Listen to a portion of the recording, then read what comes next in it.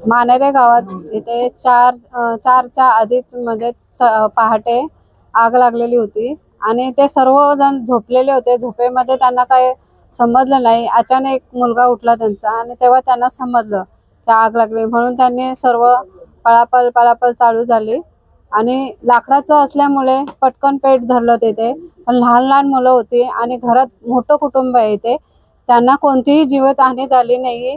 ईश्वर चरणी म्हणजे एक हेच आहे की लहान मुलांना सुद्धा काय धक्का लागलेला नाहीये. आणि आता पंचनामा झालेला आहे पूर्ण.